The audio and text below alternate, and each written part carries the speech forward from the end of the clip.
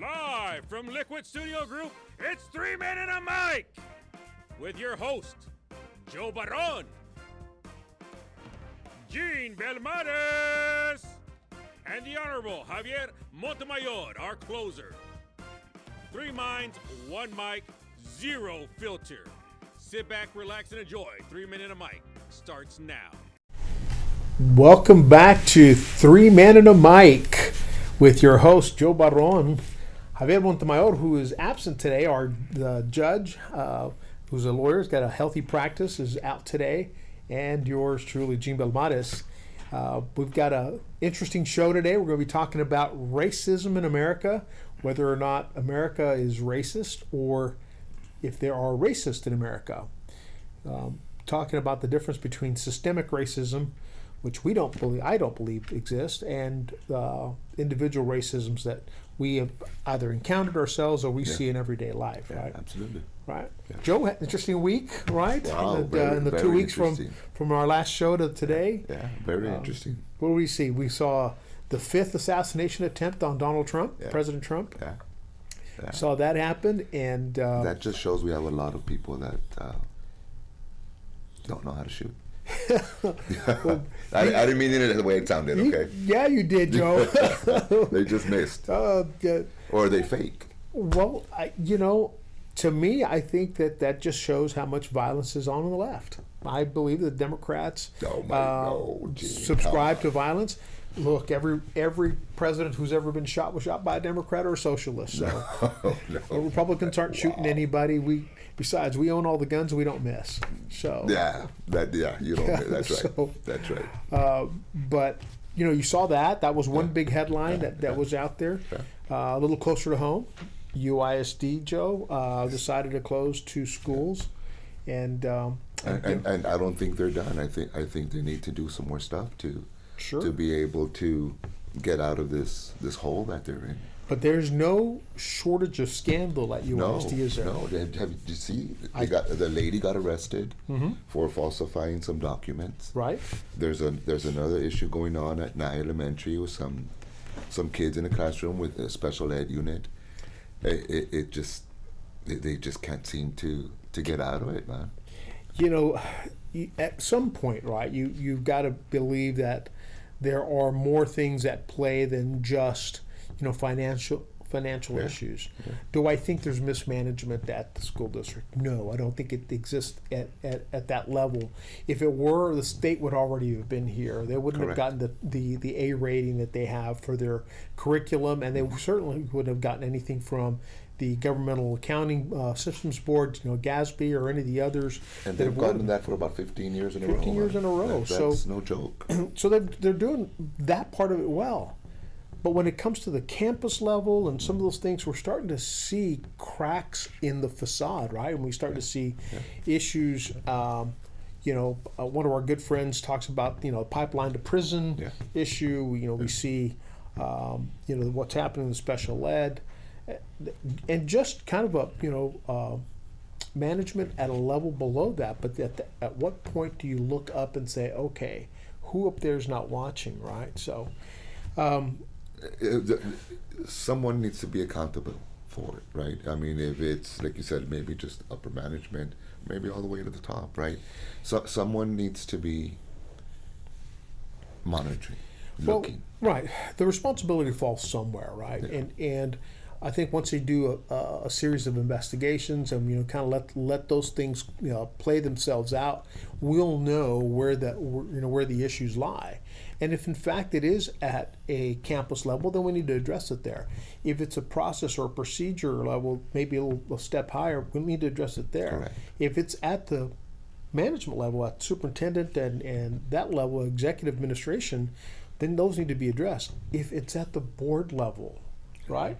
Yeah. There isn't a board member who is there now who hasn't been there at least 2 years. Absolutely. Or gone 2 years. Yeah. So at that point, there's no rookies. There's no rookies. Yeah. Everybody's got a hand in this, and if this is happening at the school district, there isn't one board member who can say, "Well, I didn't know, or I'm not a part of it." No, but at this point, you're part of the team. And I'm going to say this, Gene, right? With this part of someone getting arrested, that has to do with my family member of mine. right? Full disclosure. Full disclosure, right? I got to give credit where credit is due. The police department, The UISD police. UISD chief, police department chief, and investigator did what they had to do. They took their time. They looked into it. They did their police work, man, and I'm grateful that the district allowed them to do that, because you know that someone can say, hey, stop scratching that box, Yep. right? Squash that when you can. Yeah. So I'm grateful that that they allowed it to happen, but I gotta give credit to that police department. I mean, they whatever outcome comes from the courts, that's something different. But these guys did the job that they were supposed to do. I gotta give them that. Yeah. Well, it's good. And, like I said, there's no shortage of scandal over there right now, so we'll see what happens. We've got elections coming up for them later this year, so we'll see what that looks like. What else? Spirit Airlines going under. Yeah. There was a merger a few years ago that was blocked by Congress and the Senate, and so ultimately, I'm trying to remember who it was that was attempting to merge with Spirit and JetBlue. I think JetBlue was attempting to buy them and merge with them, and that was blocked. And so now with the economy and the price of fuel, we were talking about that earlier before the show. It added to the. Do you think it's? What do you think it's more? Do you think, because people are flying? I mean, it's not the shortage of passengers. Nope. Gas, man. I mean. No, it's more than that. I mean, this existed. If the merger was blocked 2 years ago during the Biden administration, that's say 2+ years since then. What has happened to Spirit and its management over that time to create that fall of a relatively good airline for one, outside of all the scandals we see on TV and the fist fights and stuff. It's kind of one of those economy airlines where you get some economy action going there. But other things have happened. I mean, they've had a terrible reputation of throwing baggage out everywhere. Aside from that, yeah, absolutely. So how much of that customer service? Yeah, absolutely. So how much of that played into it? And it's not the first airline to go under ever. I mean, we've had them go. Laredo can't keep an airline outside of Continental or United now and American. We've never been able to get Southwest in Laredo. I don't understand why, though, Gene. I can tell you. The Vegas planes are always packed.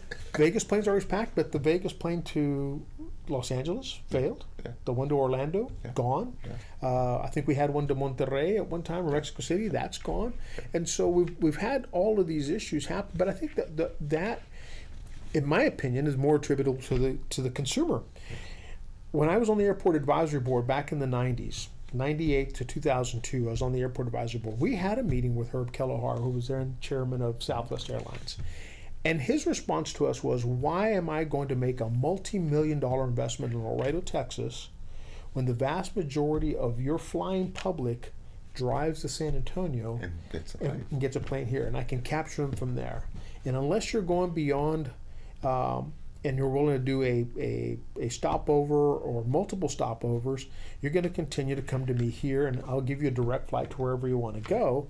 But in Laredo, you're going to have to go through Dallas or Houston. That's it. That's it. So when looking for a flight, Laredo's one cost. You get to San Antonio, and it's half, or almost half. You go to Monterrey, and it's half, or almost half. It's a lot cheaper to go 150 miles one way or 150 miles the other way for a cheaper flight. And you said it best, though. A direct flight. Can't get them here. You can't get them here. Right. But I'll also make this argument in defense of the Laredo International Airport, the city of Laredo. And by the way, the guy who's running the airport right now, Gilbert Sanchez, he didn't come in from aviation. He's not an aviation guy. He's a finance guy. Has done a stellar job. I mean, absolutely great job. My hat's off to Gilbert Sanchez and his crew down there. We know we've had folks from FAA who were former FAA at the airport running it. Joe Flores, who was there for the longest, just did a great job. Jeffrey Miller, who was there for a while, rock star. But Gilbert has done a great job. And in his defense, and in the defense of the Laredo Airport, think about when we talk about how much cheaper it is, right? Yeah. You spend 3 hours in your car to get to San Antonio. By the time you get there, you got to park it. You got to pay for parking if you can stay overnight.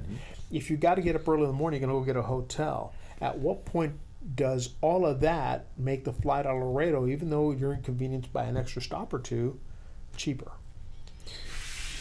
And getting to where you're going is great. Let's just say the Vegas trip, right? Drinking, partying, gambling, whatever you're doing in Vegas, you want to get home. Yeah.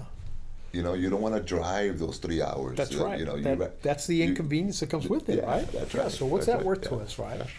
People don't ever factor that in, and of course they just say it's cheaper because they see, like all of us do. It's it's $9.99 here and it's $12.99 there. Well, I'm gonna go with the $9.99, but I've got to drive 3 hours to get my $9.99. So, but that was that's something that happened this week.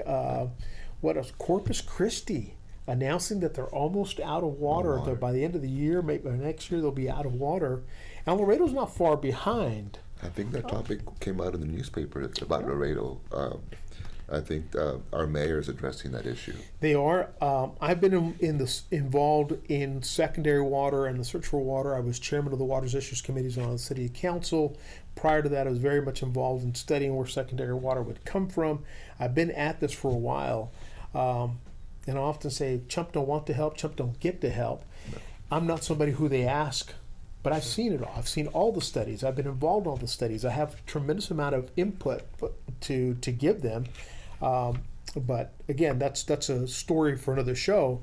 But I will tell you this, that the city at one time in 2007 was negotiating a contract with a company out of Carrizo and another company out of Del Rio area to get secondary water.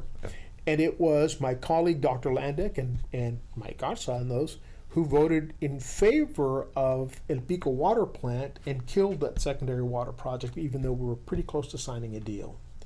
So that's a conversation for another day as well, because secondary water, no matter what anyone thinks about it, they have to know that it's going to cost us at least 3 times what water costs us right now. City of Laredo can produce 1,000 gallons of water for about 99 cents, or about $1 per 1,000. To get secondary water, just to get it here, we've seen figures of no less than $3.50 and as much as $5 per 1,000. Oh my. Yeah, so imagine what your cost of water is going to be the day we do sign one of these deals. Even if we signed it with somebody like Legacy, which is really close by. But Legacy can't move forward without a contract with the city. It needs the City of Laredo, so the City of Laredo is holding all the cards. Should we ever do a deal with Legacy? Maybe, maybe not. I'm of the opinion that there are still so many things that need to be factored out and figured out before we sign a contract with anybody. But San Antonio, God bless them. Those guys went and got 6 or 7 other sources besides the Edwards Aquifer. They're doing really well in terms of water. But who knows? Water everywhere and not a drop to spare. Nowhere. Poor Corpus. So, well, we're going to take a quick break and we'll be right back after these brief messages.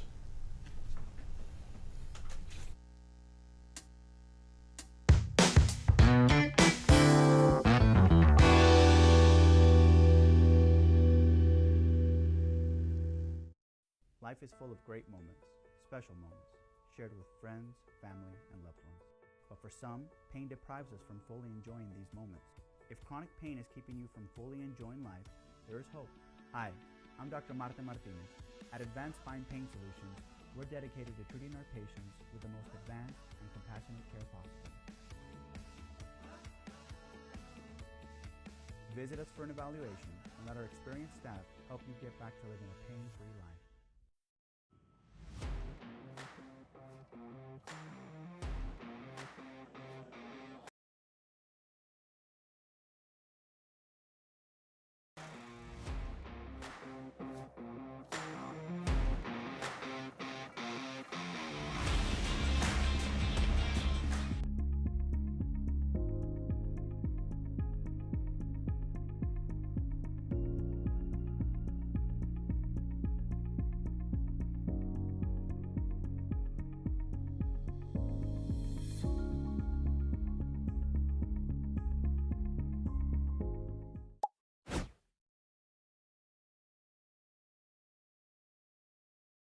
Life is full of great moments, special moments, shared with friends, family, and loved ones.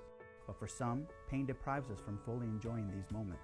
If chronic pain is keeping you from fully enjoying life, there is hope. Hi, I'm Dr. Marta Martinez. At Advanced Spine Pain Solutions, we're dedicated to treating our patients with the most advanced and compassionate care possible. Visit us for an evaluation and let our experienced staff help you get back to living a pain-free life.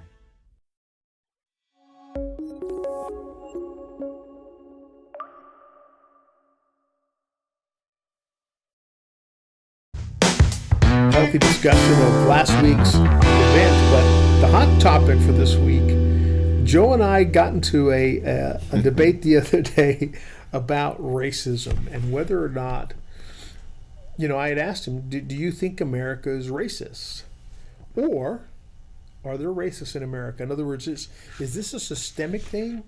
Is this happening everywhere in the country through institutions as well as organizations and individuals, or is it just an individual thing? People still see people through the lens of color versus the content of their character, as Martin Luther King, Dr. King, envisioned, that we would judge people on the basis of their character and not their color. What do you think, Joe? We got to talk about what kind of racist, right? You got to look at religious. Well, what is racism, right? Religious racism. Racism is skin discrimination. color. Well, it's discrimination based on race. That's because really what we're talking about is discrimination. Yeah. Right. When we talk about it's discrimination, so it's discrimination based on race. Yeah. And religion. Skin color. Gender. Socioeconomic. Exactly. I think there's I think there's also discrimination based on school of thought. Conservatives, liberals. Socialists, those governmental, those ideologies. So there's some ideological discrimination, right? Yeah. All of that exists, we think, right? But is it individual or is it systemic? Do we see it pervasive throughout all of our institutions? Yes. And I say no. Tell me one thing, Joe. We're both Hispanic. Is there anything that we can do that any other race, color, or creed can't? No. And we can go to school. Oh, yeah. We can get a job. We can apply for a loan. There was a time in this country, and I think all of us will admit that there were barriers to those things. Absolutely. Going to school. Yeah. Getting a loan. Yeah. Right. Heck, we can go back into the pre-civil rights, 60s, all the way back into the Holding Institute. That school here was started in Laredo by a lady, the last name of Holding. She came down to Laredo from up north to open a school for Hispanics, for Mexicans, because they couldn't get into a regular school. Like a high school or public school? Yeah. I just don't remember that. Yeah. When does Holding open? I think they've been here since 1880 something. Well, maybe that far back. Yeah, I'm not sure about that. But Yeah. when we had St. Joseph's Academy, Yeah. we've had all the Catholic schools here before, and Yeah. the public schools, Martin and was our Laredo High School, Martin High School.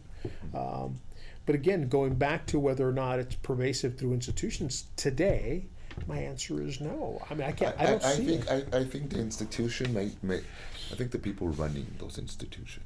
But there's a difference, right? I don't think the White House, let's just say, right? George Washington, right? I think he owned a couple of slaves and stuff. A couple. I think he may own quite a few. Yeah. But the White House as a whole, their beliefs, their constitution is against it. But the people that run it, right? Might go so far. Look, our White House today, our president today. Come on. And you think he's a racist? Yes, absolutely. And I say that he's a racist because the media told you that he's a racist. Oh, so the fact that he bankrolled Jesse Jackson's campaigns when he ran for president twice makes him a racist? Why did he do it? Because they were friends, and he talks. No. Well, I'm No, telling you what. it's a benefit. Carla, do we have a clip there with Trump and Jesse Jackson talking about his run for the presidency? Play that clip for me, please. You went back and looked for a clip, really? Well, absolutely, because My Jesse Jackson God. had just passed. Let's see if we can play that clip. All right. That's my friend with the other wing. You know, one of the things that we heard this choir for education, to build that bridge and to make a greater commitment to cover and make insurance coverage available. Roger's Who's point he about introducing evil there, in the Joe? field. A report came out In yesterday. 1999. An I have advertising no idea. report commissioned by the Introduce FCC. I saw The that. conference is coming Monday in New York. Led He by is, Peter Sutton Gene. from You can NABOG. play. You Okay, can play Carla, a we thousand. we can cut that clip short, but at You least let can people play can a go. thousand videos, G. We can put that guy link. is, We but can you put know that link on our show. Yes. But that entire time, he refers to Jesse Jackson as his friend. Mike Tyson's his friend. Okay. Oprah Winfrey and him. They're, Okay. I- Okay. there's a But clip of Oprah But you Winfrey said and it a him. little while ago. What did you say? What did you say? Okay, so one? you can choose. You can be racist by skin color, by if you're wealthy or not wealthy. I mean, so this guy. Was Jennifer Hudson wealthy when he put her up in his hotel? You just went and saw Michael Jackson's movie, didn't Great you? movie. Like it? Yeah, great Guess movie. who one of his best friends was? Donald Trump. Don't make me go there. Don't go there. Okay, child molesting. He protected. Okay. He protected Okay, Donald. okay. He protected Michael Jackson when he was being accused of the very same things that people are accusing Donald Trump with absolutely no proof. He's never been charged. He's never been. he's not- Epstein. That's all I'm going to say. Throw the files. And, Bring them yeah, out. And what of it? He's in the emails, but nothing. There's no proof. To Gene. this day, there's no proof that he did anything except kick him out of Mar-a-Lago. Do we have any Kool-Aid? Do we have any Kool-Aid? Well, we got some liquor behind. Let's get liquored up behind. But that didn't happen. Come on. And Come so on, him and come on. Michael Jackson are friends, and he defends Michael Jackson in the So public. everything going on right now in our country, him taking the lead, you don't see any racism whatsoever in whatever's going on. In what specific do you think he's being racist about? Strong borders? That has nothing to do with race. It has everything to do with national security and immigration policy. Where is he trying to align districts for voting? Hispanics? Taking away our vote? Or No. taking away voting sites? That's not his role. The Supreme Court recently He decided. is pushing The the Supreme Court, Texas governor to do it. He is pushing the because this- Florida governor to do it. because the Supreme Court recently ruled you cannot gerrymander congressional districts by race, and that includes the African Americans, the Hispanics, the Asians. He Just says because no the more by Supreme race. Court ruled on it doesn't mean he didn't want to do it. Isn't that the law of the land? He did it. No, that right now the Supreme Court has no legs to stand on. Oh, it just At passed. all. At all. If you go back and look at the Civil Rights Act, nowhere in there does it say that states could create districts based on race. It's So quite the opposite. so I think Texas did it or tried to. Oh no, did. Florida did. So some of the Democratic did- states are going back and doing the same thing. And Virginia, And they're just- not liking it. And Virginia just got told, no, you can't do it. Yeah. Even in their own Yeah. state, Yeah. Yeah. it hasn't even gone to the that's Supreme true. Court. Just That's got true. told you can't do it.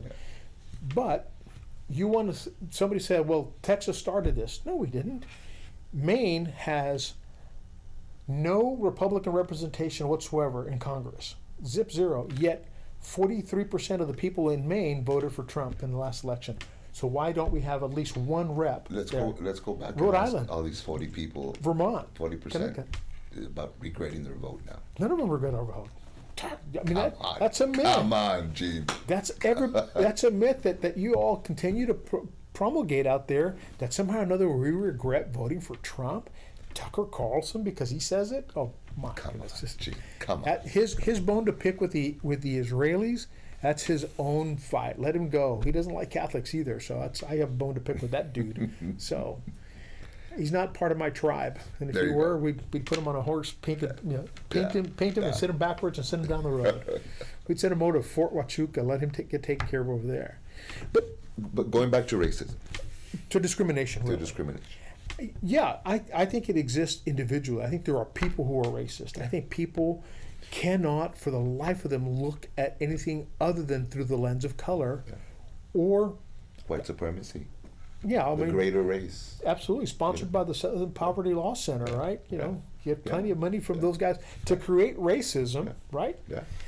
What amazed me about that whole indictment, if you read the indictment, is that these guys were funneling money to racist groups like the Aryan Nation, Aryan Brotherhood, and the KKK, so they could foment racism, so they can use that to go out and fundraise to fight racism. Yeah.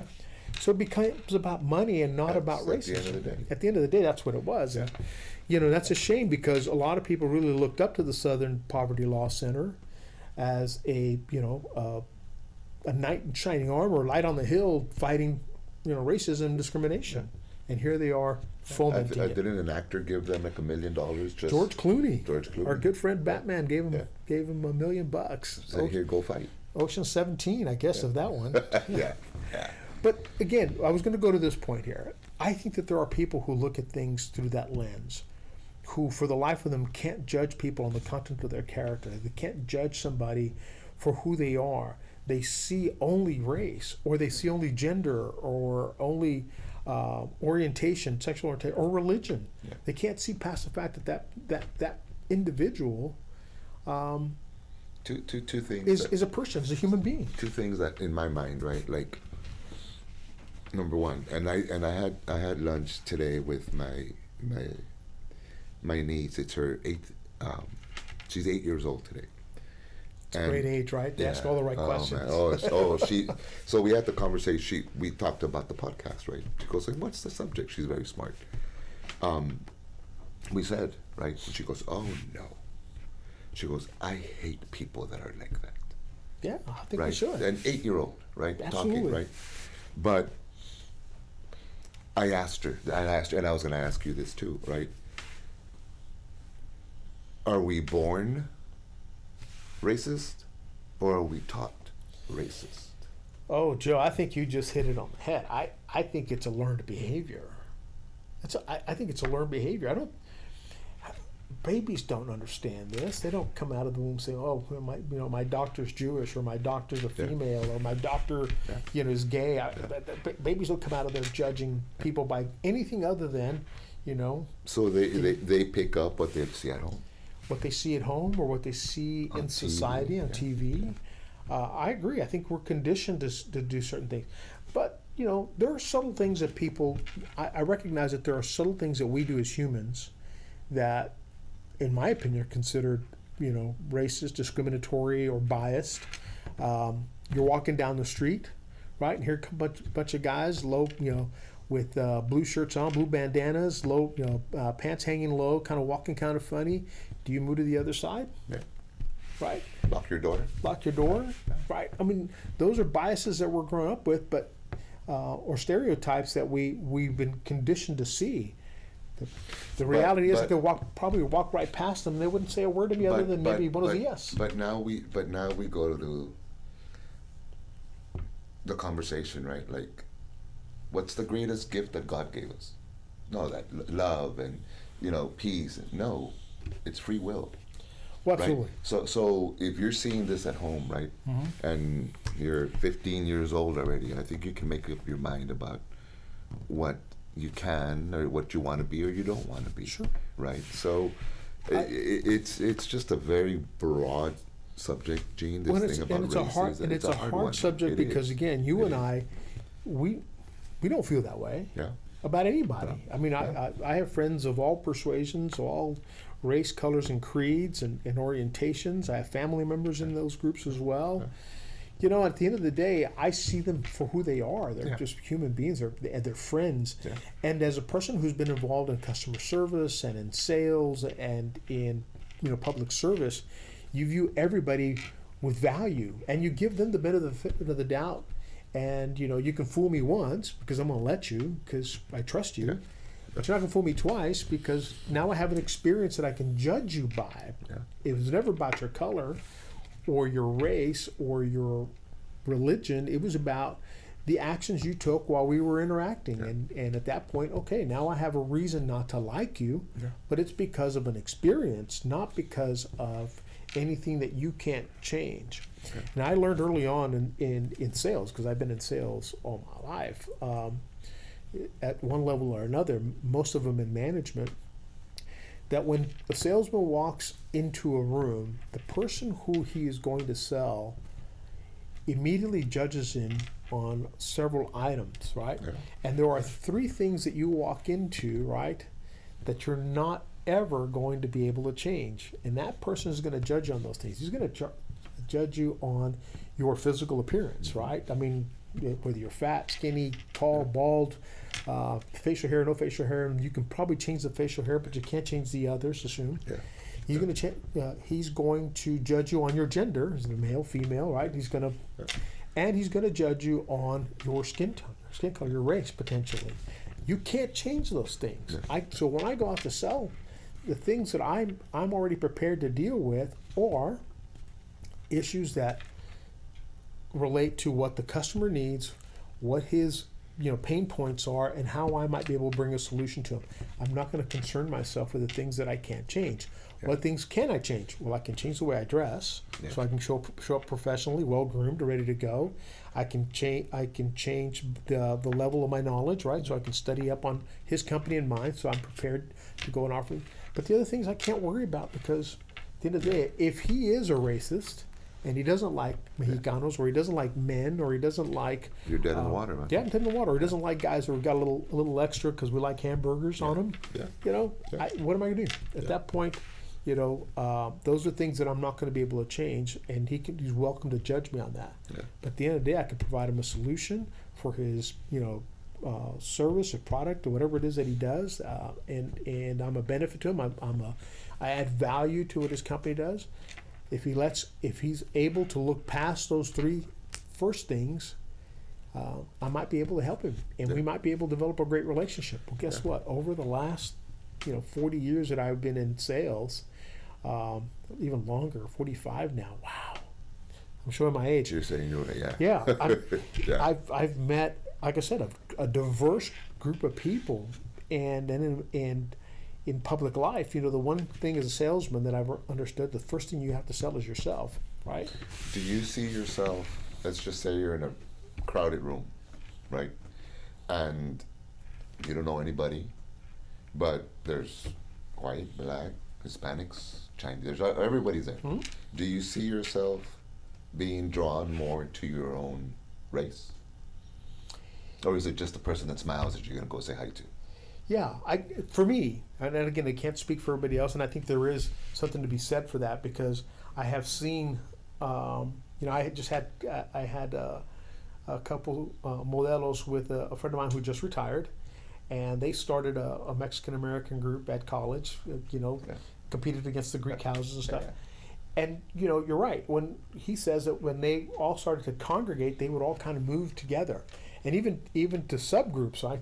Laredo here, the Valley there, right? Because we're different from those guys. Gene, spring break, when we were in high school, you would go and you would see, we moved the Laredo group or Laredo area, right? San Antonio, like you just kind of gravitate towards your tribe, right? Yeah. I was never like that. I was, I like I said, I have a great diversity of friends. If they smiled at me, if I thought that there was an opportunity to make a friend, I went in that direction, and I think that's benefited me over the years. But that's a personal experience. I don't know that everybody has that. I can tell you that my father didn't have any of the experiences I had. His experiences with Anglos and with African Americans and other cultures was not as pleasant as mine was. I mean, he told me stories about the discrimination and racism that he felt. I lived in East Texas at a time when in East Texas, a few years after I left that area, they chained a man to the back of an African American to the back of a truck, and they dragged him for miles. I think it was Robert Byrd, I think was the name of that case. I lived in an area that was like that had that sentiment. And I remember one time I was managing a store for a company, a shoe company, and while I was doing inventory down the bottom, I was on my knees, and some person walked in, Anglo, to apply for a position. And the young lady who I had working for me, well, she was one of my staff members, was at the counter, tall, attractive blonde, gives her the application, and he says, this store would do so much better if you didn't have that Mexican working for you. Loud enough where I could hear it. Wow.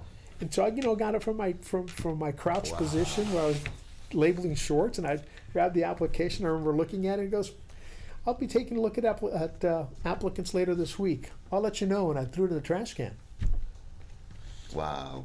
But those are things that happen. Yeah, absolutely. I have other stories that are like that, of fist fights that I got into with people who again were just judging me by the colors. Gee, no.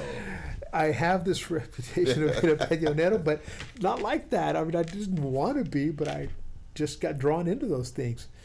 But I've had those experiences, and again, not like my father. My father had even some harder ones. When he went to Camp Brownwood, there was a sign over the door that said, no dogs or Mexicans allowed. Yeah. Things like that. Yeah. But I don't think that over time, and I've seen statistics that show the decline of those types of incidences going further and further. Do you feel right now? This is what I feel. This is what I think.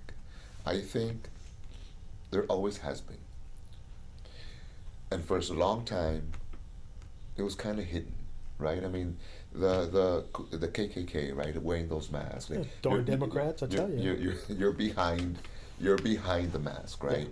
Yeah. I think now, and I'll say this: not all Republicans or Trumpers are bad people, right? I don't see you wearing a red hat, right?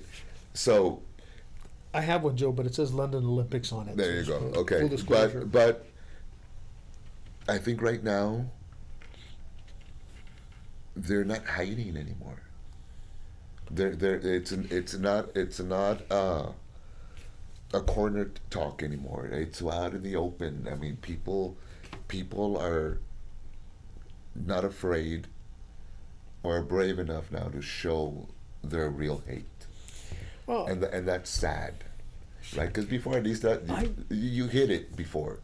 Now it's out there. Now it's in the plain view. I don't know that. Just like. And again, nothing against it, right? Two guys walking around holding hands, but before that used to be, hidden, kind of frowned upon. But now it's out in the open, right? Yeah. So it's kind of both ways, but it's tough, man. I mean, it's ugly. I've been around those people all the time, and I'm certainly not light skinned enough or white passing, as they say. I mean, that's one of the terms that some critical race theory people put out there, white passing. Light skinned. Light skinned. My daughter is lighter skinned than I. My mom was very light skinned, green eyes, light brownish hair. I mean, she could have passed for, an American citizen long before she became one. My brother, my son Jeremiah, is very light skinned. They've not experienced any of the stuff that I had, or now that I get around those very people that you claim with the red hats that come, not one has ever mistreated me. Not one has ever looked at me and said, you're not welcome here. They're willing to have a diverse conversation with me. And I've often said the reason I'm a Republican was because our values as Hispanics mirror those of the Republicans, those of us, me as a Catholic, mirror those as Republicans. They're so far away from what the Democrats have become. If my father were alive today, he would not be a Democrat. He wouldn't be. No. Right? That's not true.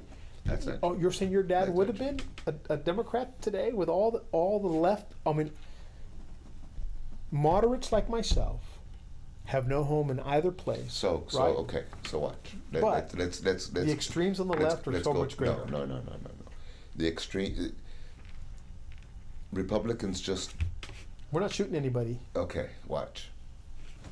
Topics, right? Let's just say a hot topic. Abortion. Yes. Okay. We've had this conversation plenty of times. Yep. Right? Okay. I don't condone it. Right. If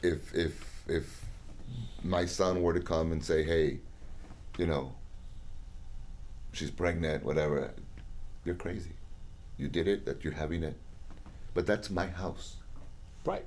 I can try to control my house, right? Right. So if someone else is dealing with it, I can't force what I believe on that person.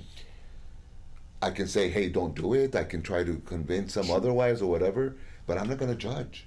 But just the mere fact that you would try to convince one person judges. Absolutely. That's it. And I couldn't agree with you more. But just the mere fact that you would say, hey guys, think this through. You know, maybe this is not, that alone gets you stoned in the Democrat Party these days. No. Of course it does. No, it doesn't. No. Sure it does. No. You can't possibly tell me that right now that if you went out there and espoused the fact that you favor life, you're pro-life, in your Democrat Party, and you stood up and said, I want you to remove this plank on abortion because I believe in pro-life. So they turn the table. Same thing with the Republican side. That if we say there is no middle. Well, because on again, both sides. Well, again, as a Catholic, is there a middle? But we believe what we believe. Of course. But we can't force what we believe on you. I can't force what I believe on you. And I wouldn't dare try to. You know, so that's why this podcast exists, right? Yeah, because exactly. You and I, we're going to argue these debates, but I'm not going to force you to. Yeah. And I'm not going to end my friendship with you because absolutely. you believe differently than I do. We're going to go out and have a last bite somewhere. We're going to have a beer afterwards. But I would say that that for us, I don't want as the libertarians would do. You know, the less amount of government intrusion, the better. Mm-hmm. Don't tell me how to live my life. I won't tell you. Just don't tax me. Don't tell me how to live my life. Stay out of my bedroom. Stay out of my kitchen. Stay out of all those things. Right. Leave my guns alone. Leave my guns alone. I see that part of it, but where I think I struggle is my belief in God, my belief in Catholicism, and it leads me to say something, not force you, but to say something, right? Because I fear that I'll be judged for not saying something, and doesn't mean I'm going to force you. I'm not going to go over there and say, you know what, I'm not going to let you do this. I'm going to stop you from doing it. I'm going to say that's not what I believe. You know, those are decisions you need to make. But I would tell you that if my own personal experience, you know, because I have daughters, I have advocated for the life of a child, and I have a beautiful granddaughter that I love to pieces, and I advocated for her when it was tough for my daughter to make that decision, and she made. If you ask her today, she made the right decision. Yeah. But I don't dare, and I wouldn't want to be in that position to have to force somebody to that, because that's not my role. That's not my place. And that's the way it should be. We have an opinion, we have a belief, and in my house, we should be allowed to express it, though. That's it. Yeah. Express it. Express it. Don't force it on me. Yeah. Express it. There's a big difference. I agree. I think there's a big difference. I think that we find common ground there because, again, I will advocate for the child and advocate for life no matter the circumstance. Yeah. But at the end of the day, that's not a choice I can make. That's a choice that the mother has to make. It's, again, God's greatest gift to us is free will. Sure. Right? Because at the end of the day, when you're in front of Him, you know, what do you tell? Before you die, you repent. Yeah, absolutely. And you choose to repent, and He'll choose to forgive you. Well, we're going to take a quick break. We went long on this segment, but it's been a good one. Hoping the judge would have been here. He could have given us a ruling. Yeah, that's right. We'll be right back after these commercial breaks. We can still ask him.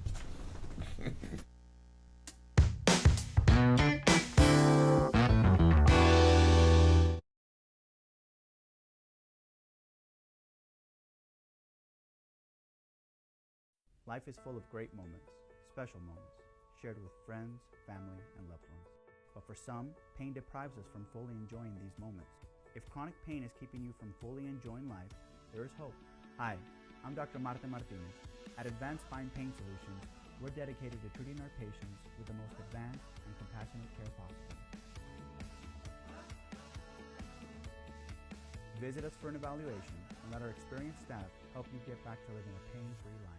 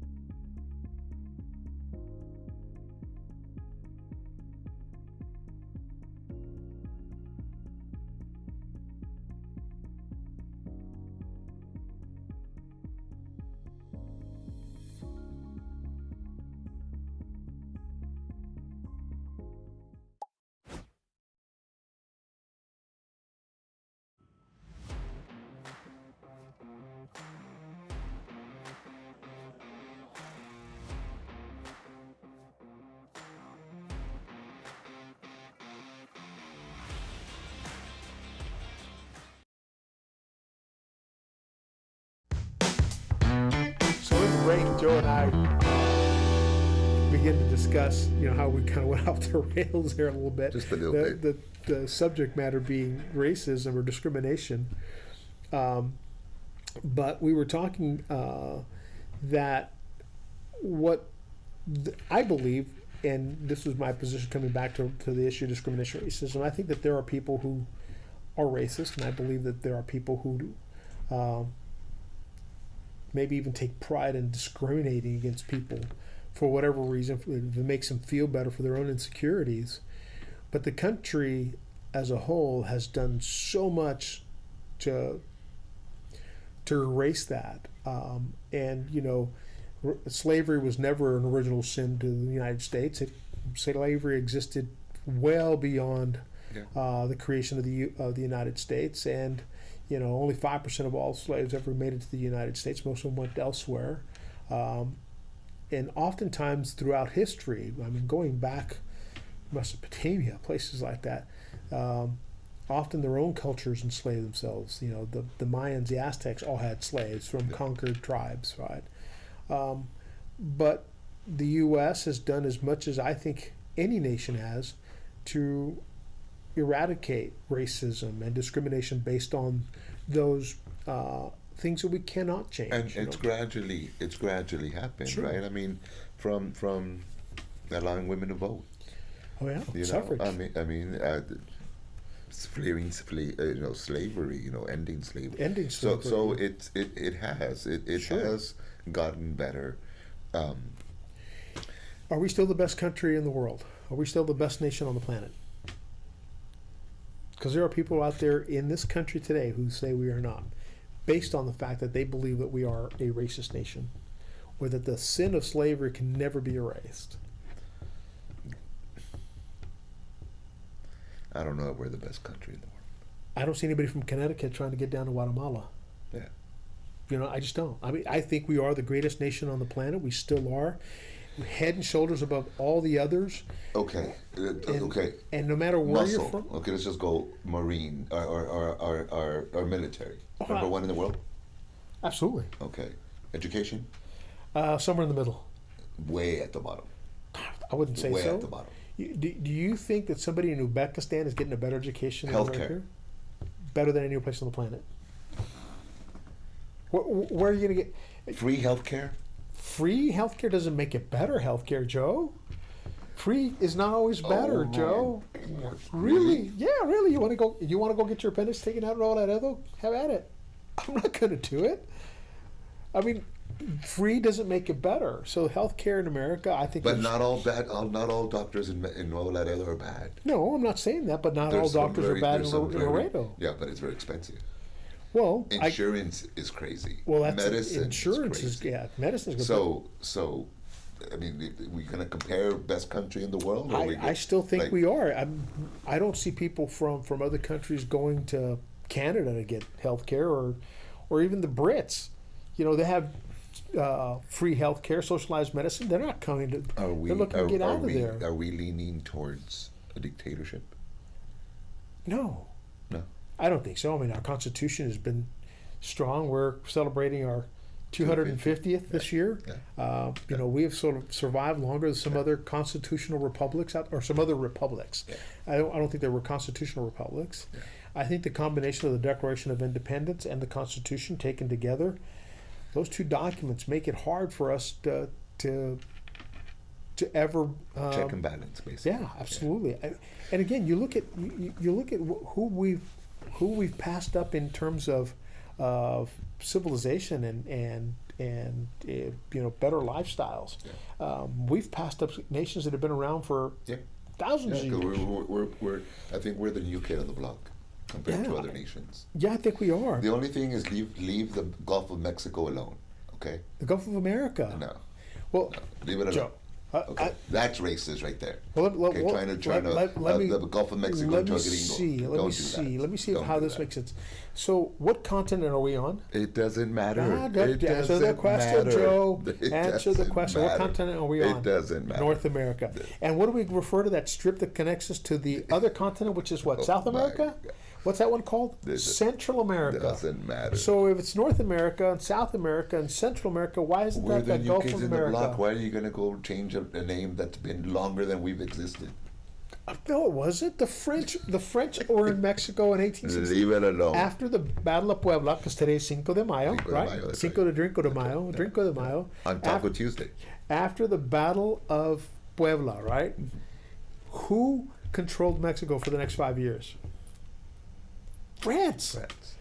I mean, and if it wasn't for the United States putting pressure on France, right? Leave it alone, Gene. Leave it alone. My neighbors to the south would be speaking French. yeah. That's My- why my- there's a bunch of blonde people. My in mother's Mexico. maiden name is Latoul, so Yeah. so they were speaking French Leave the Mexican and Gulf of Mexico and alone. General Sheridan, I think, was the one who was sent down to the border to kind of make sure that the French knew, hey, if you guys keep messing down there, we're gonna. That's racist, Gene. Right, Okay, so that you want to take happened. it away from us. Okay. And remember, 16 Septiembre, Yeah. that happened 50 years before the Battle of Puebla. Yeah. And the French installed Maximilian as their emperor. So just know that for a while there, We could have Mexico been French. they could have been French. I had the good fortune of being born in the United States, and I'm an American. And we'll have a discussion about birthright citizenship someday soon Yeah. on our next immigration podcast. Yeah. But yeah, so Gulf of America works okay with me. By the way, you know the Spaniards were notoriously great at naming their maps, of putting their maps together.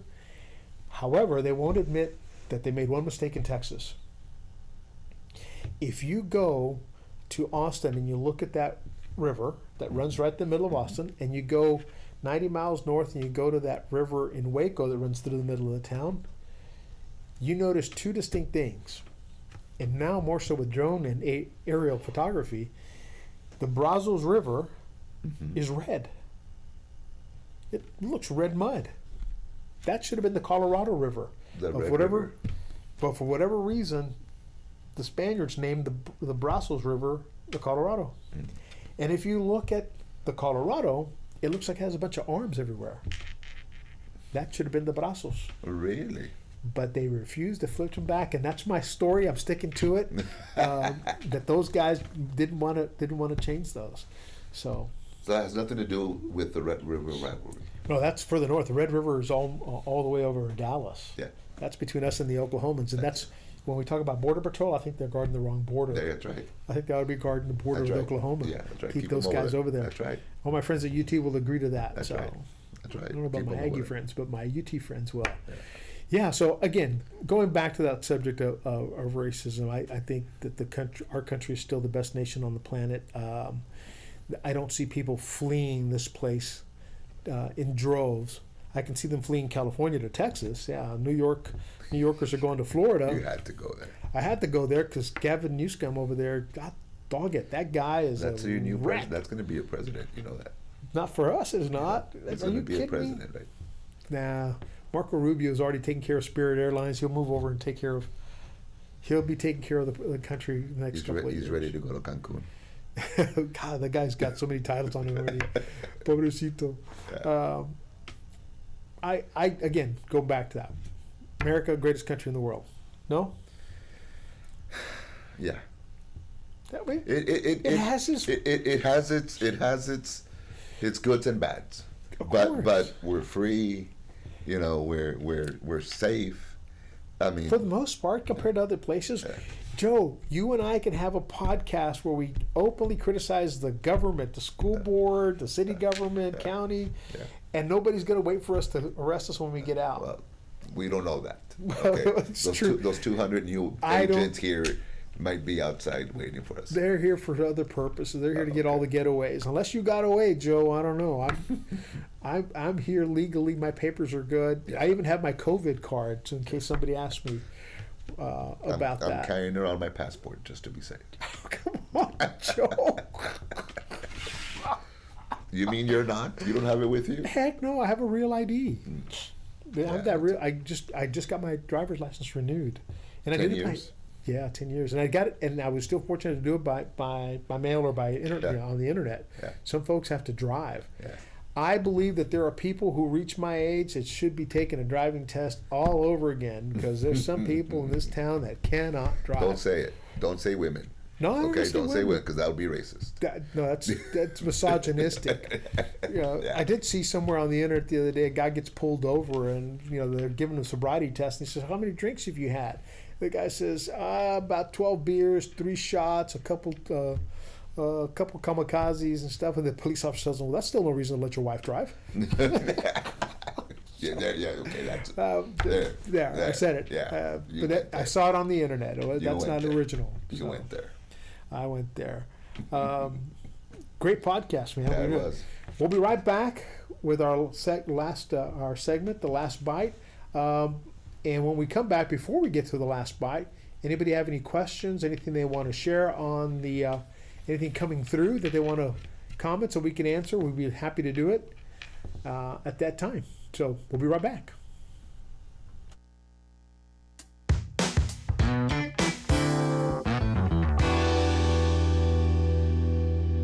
Life is full of great moments, special moments, shared with friends, family, and loved ones. But for some, pain deprives us from fully enjoying these moments. If chronic pain is keeping you from fully enjoying life, there is hope. Hi, I'm Dr. Marta Martinez. At Advanced Spine Pain Solutions, we're dedicated to treating our patients with the most advanced and compassionate care possible. Visit us for an evaluation and let our experienced staff help you get back to living a pain-free life.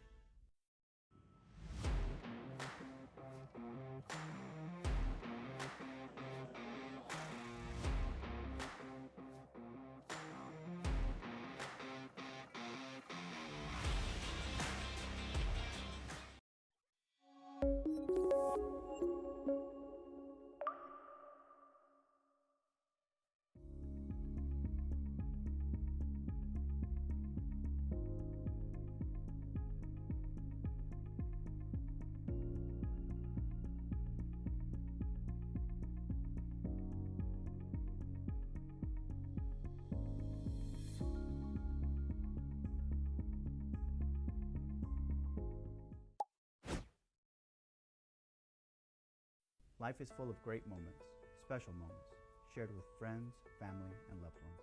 But for some, pain deprives us from fully enjoying these moments. If chronic pain is keeping you from fully enjoying life, there is hope. Hi, I'm Dr. Marta Martinez. At Advanced Spine Pain Solutions, we're dedicated to treating our patients with the most advanced and compassionate care possible. Visit us for an evaluation and let our experienced staff help you get back to living a pain-free life.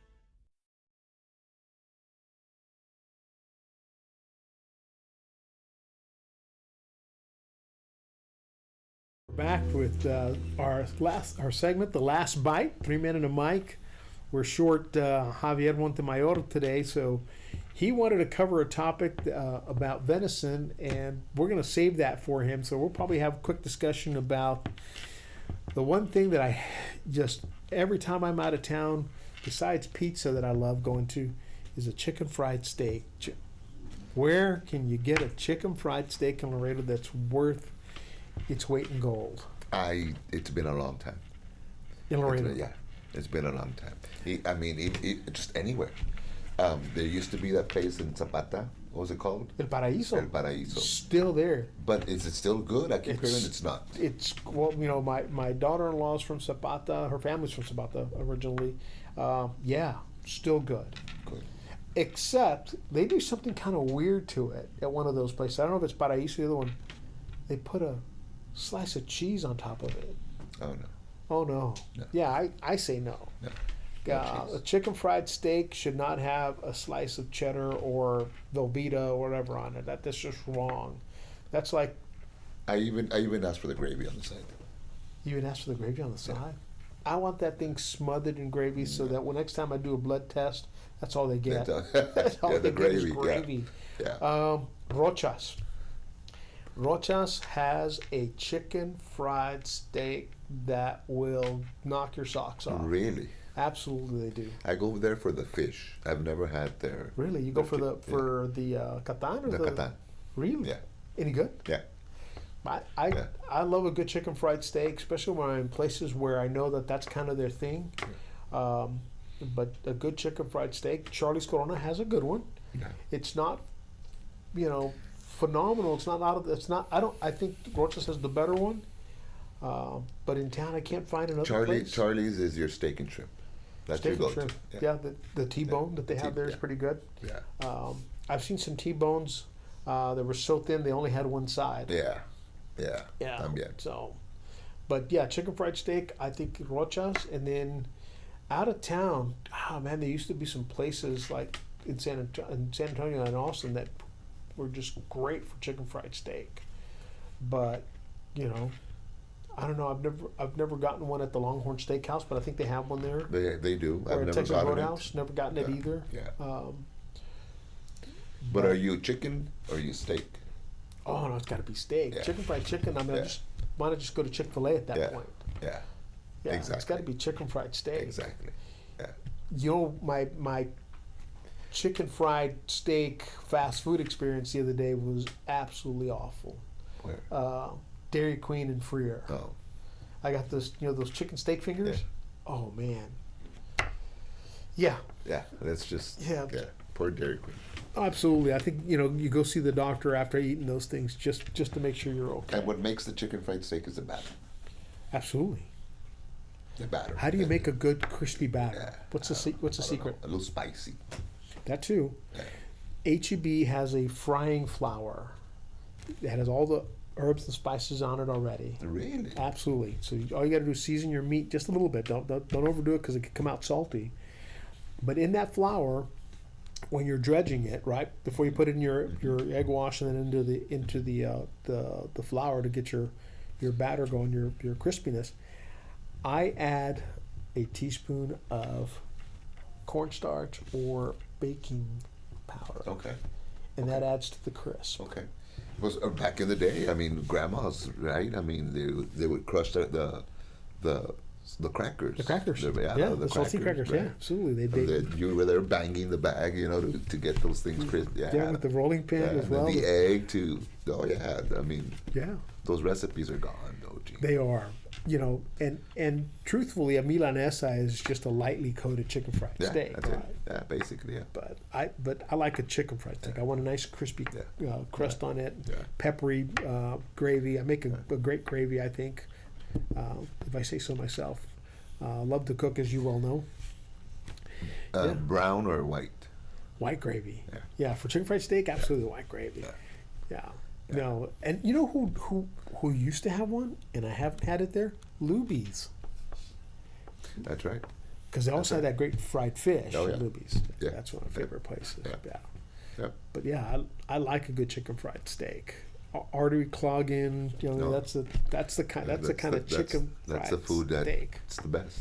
with mac and cheese on the side. Oh my. Yeah, that's it. And So at Luby's, right? You Luby's. get the fish. Uh-huh. I get the fish. I get the macaroni, Uh-huh. and then I have them put a little scoop of cheese on top. on top of that, Cheese with cheese.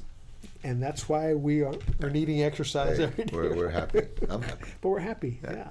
Yeah. We're happy at the last bite. So thank you everyone for joining us tonight. We've had a great discussion about racism in America, which kind of took off a turn towards abortion and then came back towards are we the greatest nation on the planet, which I think we are. Joe kind of agrees with me now. He kind of sees it We're because okay. he doesn't want to go to Cuba for forever, No, I know. or Uzbekistan or one of those places. I But might go see a heart doctor in Mexico. So don't be talking about Mexico, man. listen, if you go to a heart doctor in Mexico and I see you on a Mayan pyramid being sacrificed, I'll come save you, man. I'll come get you. There you go. There you go. I'll be the first one down there to get you. There you go. All right. Well, next week, or not next week, but 2 weeks from now, when we come back, our next show, we're going to tackle something that is happening here in Laredo that Joe and I really feel concerned about. And we had a great opportunity to hear from one of our friends, Dr. Julie Basan. May is Mental Health Awareness Month, and we want to bring to light what's happening in Laredo. We've had a lot of young people commit suicide. Absolutely. A lot of veterans who have gone through that. Not always easy to talk about. Not always, kind of hits close to home for a lot of us. Yeah. So hard discussions. But it's controversial as well, because who do you blame for the lack of services? Where do you go? I mean, I have a school of thought, and I know Joe does too, and Javi as well, about what the issue is. And there's some disagreement to that, but at the end of the day, what we all want is to see our community have the services necessary to make this preventable. Absolutely. And our company, Liquid Studio Group, our good friends at AHEC, participated in a campaign, the 988 campaign, which is now the National Suicide Crisis Hotline. And that's going to be our next topic. And we hope that you'll join us for that. I hope that you have an opportunity to share with us some ideas on maybe how we make this better, how we find the solutions for this, because we've lost a lot of kids here in Laredo, primarily. And that's a key. What you just said a few minutes ago, Gene. It'll take a village, right? There's a lot of things that people are out there that know, right? That might have a better idea than what we have, a better idea than what our city government has, right? We just gotta give people that platform to speak, to say something, Yeah. right? I mean, and I think this is what the show's about. Well, we hope we can. So we hope that you all will tune into that show early. We'll advertise it a little bit better. We're still working kinks out of the show. This is something that podcasts, in my experience, have been consistency is the key, first and foremost, and secondly is making the show better and better by making improvements and taking in comments from good folks like yourselves. So have a great night. Joe, thanks for joining us. Javi, Absolutely. hope you're doing well. I hope your client came in and dropped off a big bag of cash for you so you could take care of all of his legal needs in Texas. So if you ever need an attorney, Javier Montemayor is a phenomenal attorney. Javier can recommend somebody. And he can also recommend somebody as well. If he can't handle your case, he can recommend somebody. But yeah, Javi's a great attorney, and we've known him for a long time. Yeah. So welcome. We'll hope to have him back soon. Have him back at our show in a couple of weeks. We'll be back, all three men and a mic, and some guests. So have a great night, and we'll see you soon.